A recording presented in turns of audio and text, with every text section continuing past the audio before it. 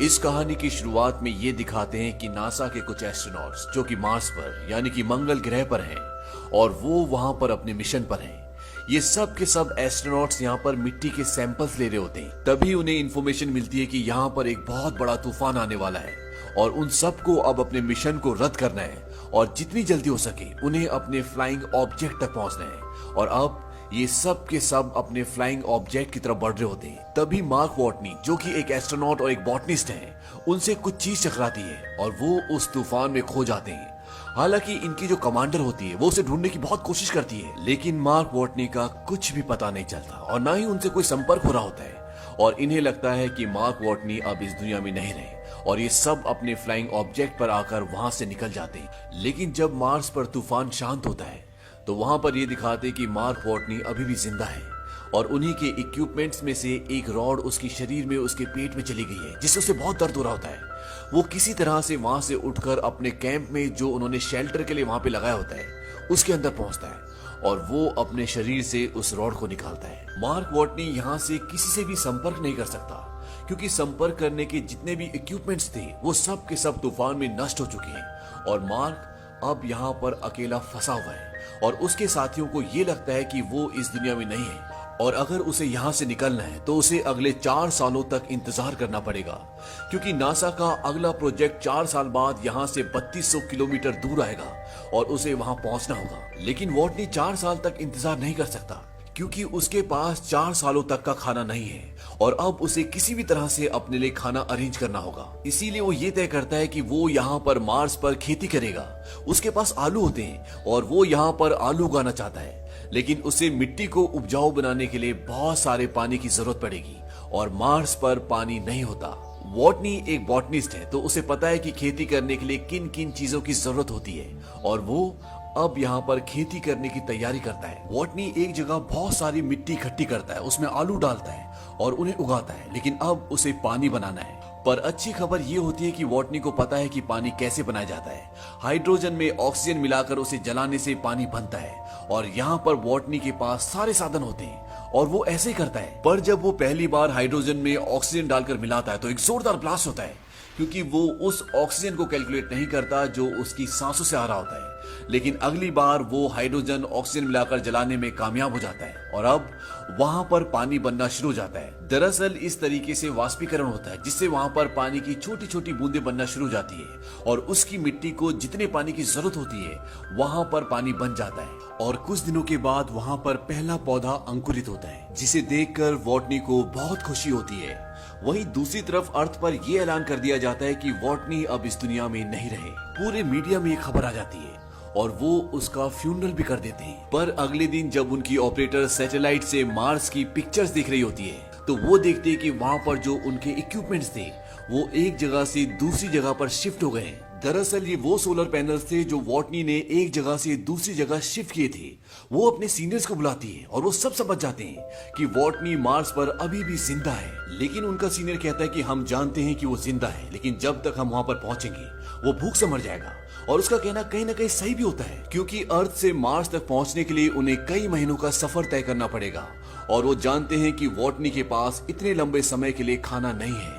अब वॉटनी को मार्स पर पूरे 70 दिन हो चुके हैं और वो हिसाब लगाता है कि नासा का अगला मिशन जो मार्स पर उतरेगा वो 4 साल बाद उतरेगा और वो भी यहाँ से 3200 किलोमीटर दूर और तब उसे वहां पहुंचना होगा।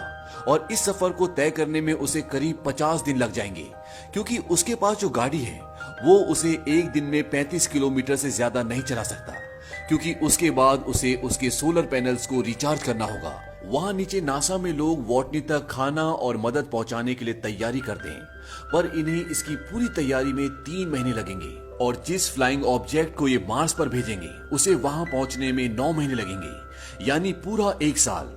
वहीं ऊपर मार्स पर वॉटनी की आलू की फसल को पूरे 48 दिन हो गए हैं। उसने 400 पौधे उगाए जो कि उसकी उम्मीद से ज्यादा अच्छे तरीके से उगे और अब वो आलू निकालता है और छोटे आलूओं को दोबारा बो देता है।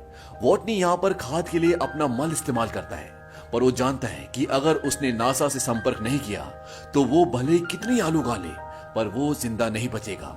इसलिए वो वहां से एक ऐसी जगह जाता है जहां पर एक पाथ फाइंडर होता है जो 1997 में खराब हो गया था और उसका संपर्क अर्थ से टूट गया था और जब वॉटनी उस तरफ जाता है तो नीचे से नासा की टीम जो लगातार उसकी मूवमेंट पर सैटेलाइट के जरिए नजर रख रही होती है, वो समझ जाती है कि मार्क वॉटनी उस पाथफाइंडर को लेने जा रहा है, क्योंकि वहां उसके अलावा और कुछ भी नहीं होता। पर यह बहुत पुराना सिस्टम होता है और ये सिर्फ मार्स से फोटो क्लिक करके भेज सकता है। इसीलिए वॉटनी उस कैमरे के आगे 3 बोर्ड्स लगाता है। उसमें जो बीच वाला बोर्ड होता है उसमें लिखा होता है क्या आपको मेरे सिग्नल मिल रहे हैं, और लेफ्ट वाले बोर्ड में यस लिखा होता है और राइट वाले में नो। और नासा नीचे से उस पाथफाइंडर के कैमरे को यस की तरफ मूव कर दें और वॉटनी समझ जाता है कि वो मुझे देख रहे हैं और इस बात से उसे बहुत खुशी होती है। और इसके बाद वॉटनी उनसे बात करने के लिए कोड्स का इस्तेमाल करता है और अब ये आपस में मैसेजेस के थ्रू बात कर सकते हैं। और नासा से उसे मैसेज भेजा जाता है कि तुम्हारे लिए खाना और जरूरी सामान भिजवा रहे हैं। वॉटनी को यहाँ पर यह भी पता चलता है कि अभी तक नासा ने उसके क्रू को ये नहीं बताया कि वो जिंदा है, और जिस क्रू का ये मेंबर था वो अभी भी अंतरिक्ष में है और अर्थ की तरफ आ रहे हैं। पर अब नासा वॉटनी के क्रू को बता देती है कि वॉटनी जिंदा है। इससे उसके क्रू मेंबर्स को खुशी होती है और दुख भी। उन्हें दुख इसलिए होता है कि वो वॉटनी को वहां अकेला छोड़ाए, पर अब वो कुछ नहीं कर सकते। अब जब मार्स पर सब कुछ ठीक ठीक चल रहा होता है, तभी एक दिन उस जगह जहां पर उसने आलू उगाए हैं वहां पर एक ब्लास्ट होता है और उसकी सारी की सारी फसलें खराब हो जाती है। और अब वो दोबारा फसलें नहीं उगा सकता, क्योंकि जो वातावरण उसने वहां पर बनाया होता है वो सारा का सारा वातावरण नष्ट हो जाता है। और हिसाब लगाया जाता है कि वॉटनी के पास जितने आलू हैं उन्हें खाकर वो तब तक जिंदा नहीं रह सकता जब तक अर्थ से उसके पास मदद पहुंचेगी। यानी कि जब अर्थ से उसके पास मदद पहुंचेगी उससे पहले वो भूख से मर चुका होगा। इसीलिए नासा वॉटनी को एक मैसेज देती है और उसे बोलती है कि तुम्हें अब कम से कम खाना खाना होगा, ताकि जब तक तुम तक मदद और खाना पहुंचे तुम जिंदा बच सको। और वॉटनी ऐसे ही करता है। जो खाना वो एक दिन में 3 बार खाता था, अब उसे वो एक बार का खाना 3 दिन तक चलाना होगा। और नीचे नासा उसके लिए लॉन्च की तैयारी करती है, जिसमें उसके लिए खाना और जरूरी सामान होता है।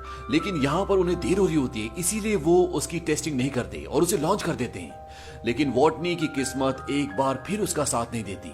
लॉन्च होने के बाद रॉकेट आसमान में ब्लास्ट हो जाता है और इस बात से सब के सब डिसअपॉइंट हो जाते हैं, क्योंकि अब वॉटनी नहीं बच सकता। उसके पास खाना नहीं है, उसके पास कोई मदद नहीं पहुंचा सकता। और जब वॉटनी को पता चलता है कि लॉन्च फेल हो गया तो वो टूट जाता है और वो नासा को एक मैसेज करता है। उसमें लिखा होता है कि मेरे माँ बाप तक ये संदेश जरूर पहुंचाना।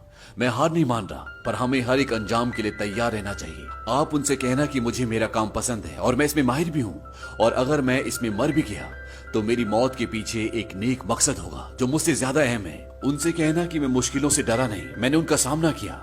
वहीं नासा अब पूरी तरह से उम्मीद छोड़ चुका है, पर चाइना नासा की मदद करने का फैसला करता है, क्योंकि उनके पास स्पेस में जाने के लिए पूरी तैयारी होती है। और अब 28 दिनों में नासा चाइना की मदद से दोबारा लॉन्च करने की तैयारी करता है। अब यहीं पर एक लड़का होता है जिसका नाम रिच होता है और ये एस्ट्रोडायनेमिक में काम करता है। रिच नासा की टीम को वॉटनी को बचाने का एक तरीका बताता है। वो कहता है कि जिस स्पेसशिप में बाकी का क्रू अर्थ पर वापस आ रहा है, अगर वो अर्थ पर वापस न आकर अर्थ का चक्कर लगाए और जब वो अर्थ के ऑर्बिट के पास होगा, हम यहाँ से ऊपर स्पेसशिप पर सारा जरूरी सामान पहुंचा देंगे और स्लिंग शॉट के जरिए उस स्पेसशिप को जिसमें आपके 5 एस्ट्रोनॉट वापस आ रहे हैं उसे दोबारा मार्स की तरफ धकेल देंगे। स्लिंग शॉट ग्रेविटेशनल पुल को कहते हैं, जिससे किसी भी यान को ग्रेविटी की मदद से अंतरिक्ष में किसी दिशा में भेजा जाता है। रिच कहता है कि जब उनका यान मार्स के पास पहुंचेगा तो उन्हें मार्स पर उतरना नहीं है, क्योंकि अगर ये मार्स पर उतरेंगे तो इनका ईंधन खत्म हो जाएगा और ये पृथ्वी पर वापस नहीं आ पाएंगे। वो उन्हें बताता है कि उन्हें मार्स पर नहीं उतरना, बल्कि वॉटनी एमईवी यानी एक फ्लाइंग ऑब्जेक्ट जो पहले से मार्स पर है, उससे वॉटनी को मार्स के ऑर्बिट से बाहर आना होगा और जब वो ऊपर आएगा तो उसे बाकी के क्रू मेंबर्स पकड़ लेंगे। पर ये सब इतना आसान नहीं होता। इसमें सिर्फ वॉटनी की जान बचाने के लिए नासा वाले 5 एस्ट्रोनॉट्स की जान खतरे में नहीं डाल सकते। पर अगर वो ऐसा करते हैं तो वो वॉटनी के पास वक्त से पहले पहुंच जाएंगे। लेकिन बाकी के क्रू जो अब अपने घर पहुंचने वाले हैं, उनका मिशन 533 दिन और बढ़ जाएगा। और नासा ये तय करती है कि वो ये नहीं करेंगे, क्योंकि वो सिर्फ वॉटनी की जान बचाने के लिए, जिसकी जान बचने की उम्मीद पहले से बहुत कम है, अपने 5 एस्ट्रोनॉट्स की जान खतरे में नहीं डाल सकते। वहीं मार्स पर वॉटनी अब उस काम को पूरा करने में लग जाता है जिसके लिए वो यहाँ आए थे और जो तूफान की वजह से अधूरा रह गया था। वहीं दूसरी तरफ रिच पर्नेल, वही लड़का जिसने नासा को वॉटनी को वापस लाने का प्लान बताया था, वो किसी तरह से वॉटनी तक पहुंचने का पूरा प्लान इन 5 एस्ट्रोनॉट तक पहुंचा देता है और ये पांचों नासा की परमिशन के बिना ही वॉटनी को वापस लाने का फैसला करते हैं। और जब नासा देखता है कि उनके फ्लाइंग ऑब्जेक्ट की दिशा बदल रही है तो समझ जाते हैं कि ये पांचों एस्ट्रोनॉट अब वॉटनी को लेने वापस जा रहे हैं और नासा उन तक उनका सारा जरूरत का सामान पहुंचा देता है। इस काम में चाइना उनका साथ देता है। वहीं मार्स पर वॉटनी उस फ्लाइंग ऑब्जेक्ट तक पहुंचने के लिए निकल पड़ता है, जिस पर बैठकर वो मार्स के ऑर्बिट से निकलकर उस यान तक पहुंच जाएगा जिसका नाम हमिस है, जिसमें वॉटनी के 5 एस्ट्रोनॉट दोस्त उसे लेने आ रहे हैं। वॉटनी अब 90 दिन के लंबे सफर के बाद उस जगह तक पहुंच जाता है जहां से वो मार्स से निकल सकता है, पर ये इतना आसान नहीं है क्योंकि इस फ्लाइंग ऑब्जेक्ट में वजन बहुत ज्यादा होता है। इसीलिए वॉटनी को उसके लगभग सारे पार्ट्स निकालने पड़ते हैं, क्योंकि अगर वजन कम नहीं हुआ तो वॉटनी अंतरिक्ष तक पहुंच ही नहीं पाएगा। और जिस फ्लाइंग ऑब्जेक्ट से वो 5 एस्ट्रोनॉट आ रहे हैं, अगर वो मार्स पर उतरा तो उनका फ्यूल खत्म हो जाएगा और वो वापस अर्थ पर उतर ही नहीं पाएंगे।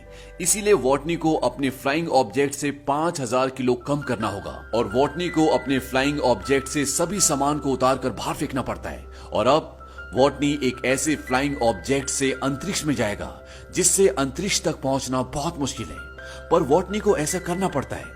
पूरी दुनिया की नजर इस मिशन पर होती है और वॉटनी टेक ऑफ करता है और अब उसका फ्लाइंग ऑब्जेक्ट अंतरिक्ष की तरफ उड़ना शुरू हो जाता है और वो अंतरिक्ष में पहुंच जाता है।